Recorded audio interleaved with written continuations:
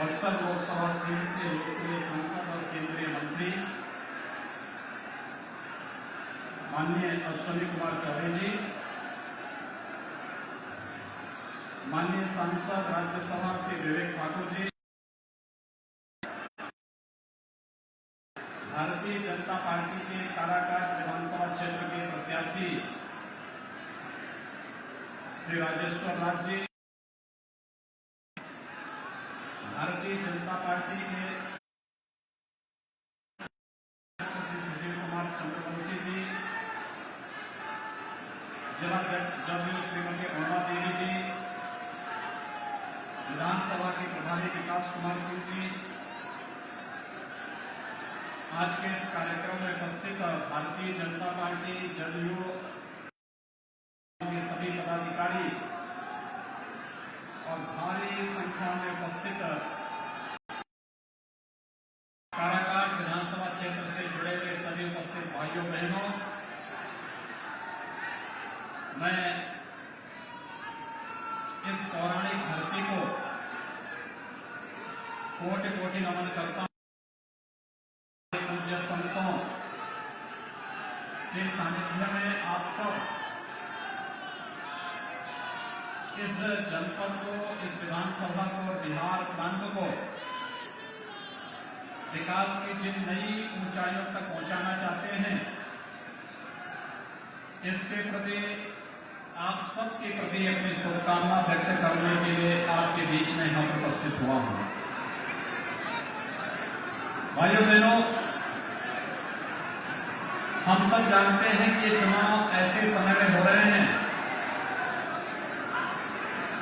जब पूरी दुनिया एक महामारी कोरोना से जूझ रही है। और मैं आप सबसे यकीन करूंगा कि जब तक कोरोना का कोई उपचार नहीं आ जाता तो बचाव ही उसका एकमात्र उपचार है। और बचाव के लिए हमारा पूरा प्रयास होना चाहिए कि 2 गज की दूरी हो और मास्क जरूरी हो, क्योंकि संक्रमण इसका, और उस संक्रमण को देखते हुए अगर हमने बचाव के उपाय करने प्रारंभ कर दिए तो कोरोना परास्त होगा, भारत विजयी होगा। और प्रधानमंत्री नरेंद्र मोदी जी के नेतृत्व में भारत ने दुनिया को बचाव का यही संदेश दिया है। और प्रधानमंत्री मोदी जी के नेतृत्व में भारत ने जो लड़ाई कोरोना के खिलाफ 6 महीने पहले प्रारंभ की थी, आज इसी मंत्र के कारण वो सफलता की ऊंचाइयों तक भी पहुंचा है। आप सब सौभाग्यशाली हैं कि कोरोना को भी आप सब ने अपने जज्बे के साथ मुख्यमंत्री नीतीश कुमार जी के नेतृत्व में परास्त करते हुए आप दिखाई दे रहे हैं। और साथ साथ कोरोना कालखंड में उत्साह से इस चुनावी सभा में भी भागीदार आप बने हैं। आप सबका मैं अभिनंदन करता हूं।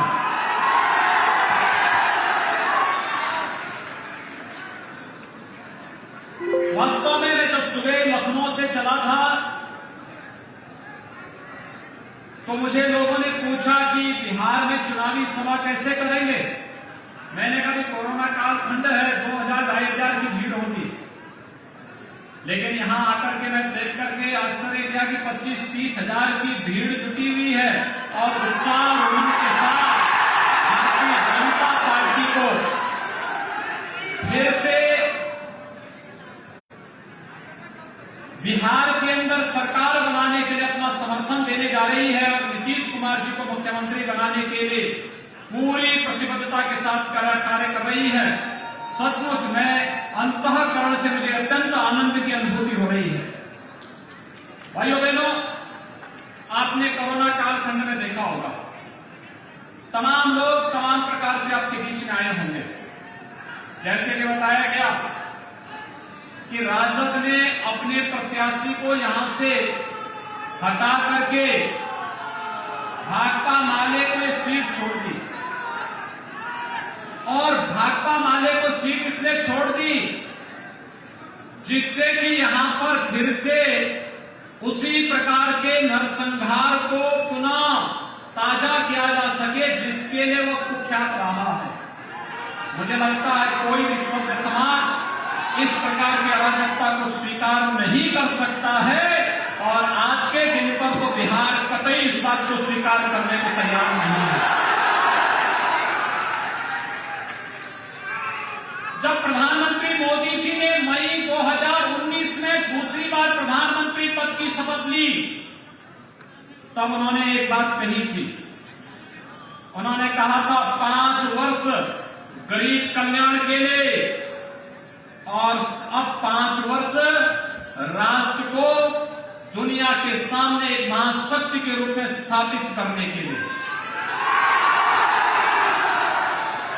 आपके बिहार में कांग्रेस को भी शासन करने का अवसर प्राप्त हुआ था, राजद को भी शासन करने का अवसर प्राप्त हुआ था। इनसे पूछना चाहिए इन्होंने कितने गरीबों के मकान बनाए, कितने गरीबों को राशन कार्ड दिए, कितने गरीबों को रसोई गैस के कनेक्शन दिए, कितने गरीबों को विद्युत के कनेक्शन दिए और कितने गरीबों के लिए आयुष्मान भारत में या स्वास्थ्य बीमा की कोई स्कीम इन्होंने दी, कितने किसानों को प्रधानमंत्री किसान सम्मान निधि का लाभ दिया। अगर ये लाभ किसी ने दिया है तो अब प्रधानमंत्री मोदी जी ने दिया है। गरीबी रेखा के नीचे जीवन यापन करने वाले हर गरीब के लिए मकान, हर गरीब के लिए रसोई गैस का सिलेंडर, हर गरीब के लिए राशन कार्ड की व्यवस्था, हर गरीब के लिए विद्युत के कनेक्शन की व्यवस्था और हर गरीब के लिए शौचालय की व्यवस्था के साथ ही हर गरीब के लिए 5 लाख रुपए का आयुष्मान भारत का कार्ड भी उपलब्ध कराने का कार्य प्रधानमंत्री मोदी जी ने किया है। ये काम कांग्रेस भी कर सकती थी, ये काम लालू जी का परिवार भी कर सकता था, क्योंकि अब वो पार्टी नहीं है, तो परिवार है। कांग्रेस भी एक परिवार के बाहर नहीं निकल सकती है और राजद भी एक परिवार के बाहर नहीं निकल सकती। आप मानते हैं ना? उनके लिए परिवार ही पार्टी है और पार्टी ही बिहार है, इसके अलावा कुछ नहीं है। उनके लिए एक ही नारा है कि मेरा वैभव अमर रहे मां, तुम दिन 4 रहो न रहो। ये उनका एक ही नारा है, एक ही मंत्र है और भारतीय जनता पार्टी के कार्यकर्ताओं का मंत्र है कि तेरा वैभव अमर रहे मां, हम दिन 4 रहेंगे। यही अंतर है भारतीय जनता पार्टी गठबंधन के कार्यकर्ताओं में और राजद और कांग्रेस के गठबंधन के कार्यकर्ताओं में और उनके पार्टी के नेताओं में। हमारे लिए देश महत्वपूर्ण, हमारे लिए जनता ही परिवार है, हमारे लिए पूरा देश ही परिवार है, लेकिन कांग्रेस के लिए गांधी परिवार और राजद के लिए लालू परिवार ही पूरा प्रदेश है, पूरा देश है।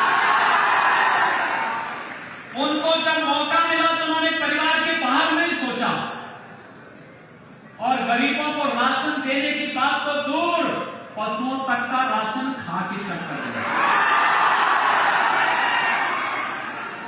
बिहार के नौजवानों के सामने पहचान का संकट खड़ा कर दिया।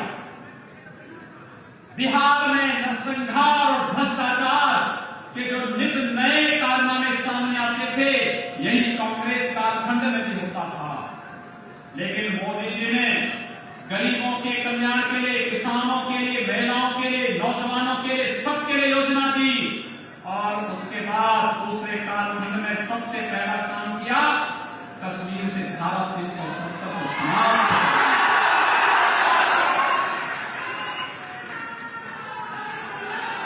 अब पाकिस्तान भ्रष्ट आतंकवादी कश्मीर में आकर के जवानों पर नाजायज हमला नहीं कर सकते, क्योंकि अगर करेगा तो भारत का जवान पाकिस्तान के अंदर घुस करके मारेगा। अब नहीं कर पाएगा, अब नहीं कोई बोल सकता है जेएनयू में,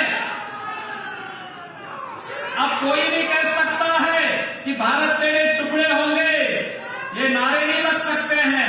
अब तो भारत के अंदर एक ही नारा मोदी जी के नेतृत्व में लग रहा है, एक भारत श्रेष्ठ भारत। कश्मीर से कन्याकुमारी तक एक भारत है, श्रेष्ठ भारत है, और इसमें हर भारतवासी अपना योगदान देगा। कोई इसमें किसी प्रकार का मांग लपेट नहीं, कोई किसी प्रकार की कोई कंजूसी नहीं। और जो कुछ बचा है, लोग अक्सर हमसे पूछते थे, पिछली बार लोकसभा चुनाव में जब मैं बिहार आया था तो बिहार के लोग हमसे कहते थे, पत्रकार बंधु कहते थे कि आप लोग कहते हैं कि रामलला हम आएंगे, मंदिर वहीं बनाएंगे, क्या तारीख भी बताएंगे? मैंने कहा चिंता मत करो, अगली बार आऊंगा तारीख लेकर के आऊंगा। और भाइयों बहनों, 5 अगस्त को प्रधानमंत्री मोदी जी ने 492 वर्षों की जो भारत की कसक थी, उस कसक को दूर करते हुए अयोध्या में भगवान राम के भव्य मंदिर का शिलान्यास भी कर दिया है ना? खुश है ना? बिहार में भारतीय जनता पार्टी और जदयू के गठबंधन की सरकार बनाएंगे ना? सरकार बनेगी तो आपके विधायक ही आपको अयोध्या में भगवान राम का दर्शन कराने के लिए भी लेके जाएंगे।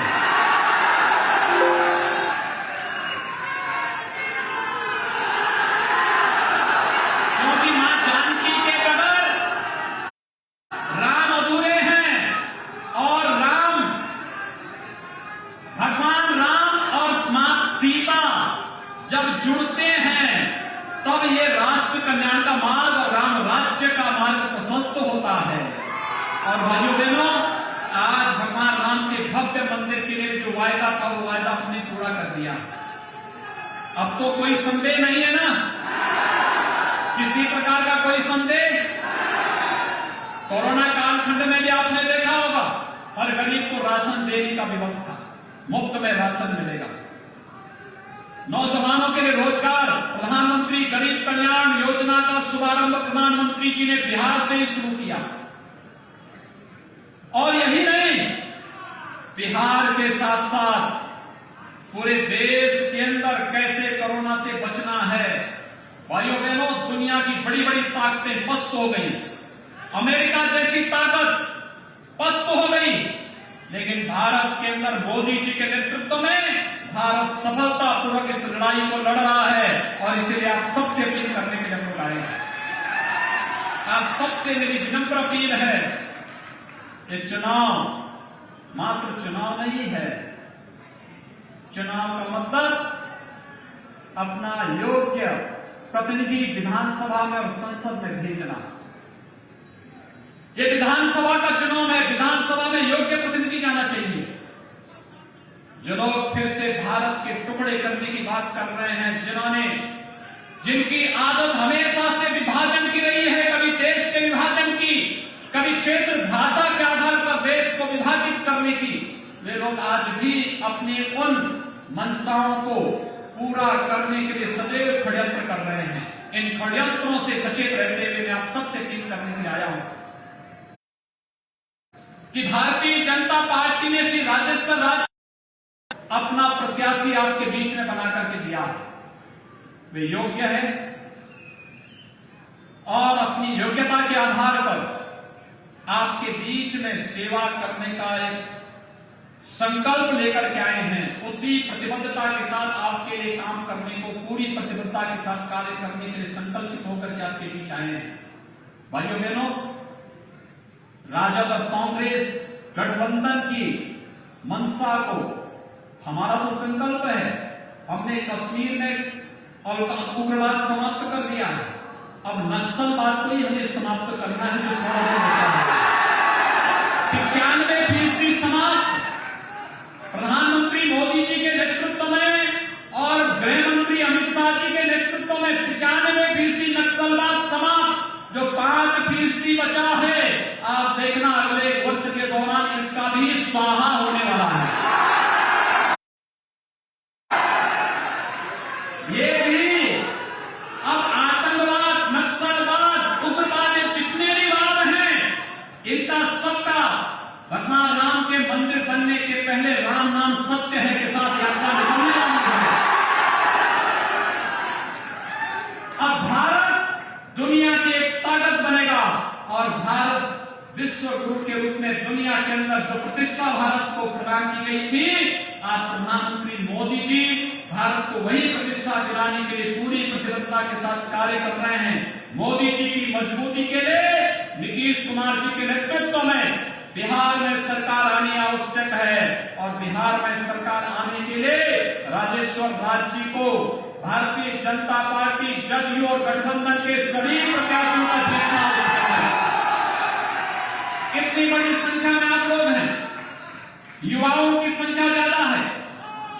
आप सबसे मैं अपील करूंगा, आपके पास मोबाइल फोन होगा, अपने मोबाइल फोन से बिहार में अपने नातेदार, रिश्तेदार, मित्रों को, शुभचिंतकों को सबको फोन करेंगे और सबको कहेंगे बिहार के विकास के लिए, बिहार के सुशासन के इस मॉडल को आगे बढ़ाने के लिए और एक भारत श्रेष्ठ भारत की परिकल्पना को साकार करने के लिए और आने वाली पीढ़ी के उज्जवल भविष्य के लिए बिहार में एनडीए की सरकार बननी आवश्यक है। और इसके लिए जहां भी भाजपा, जदयू और गठबंधन के प्रत्याशी हैं, इनको भारी मतों से चुनाव जिता करके भेजना है। यही अपील करने के लिए आज आपके बीच आया हूं। राजेश्वर राज जी को भारी मतों से क्रमांक नंबर 2 पर कमल चुनाव चिन्ह पर भारी मतों से विजयी बनाने की अपील करते हुए वाणी को देता हूं विराम। जय जय श्री राम।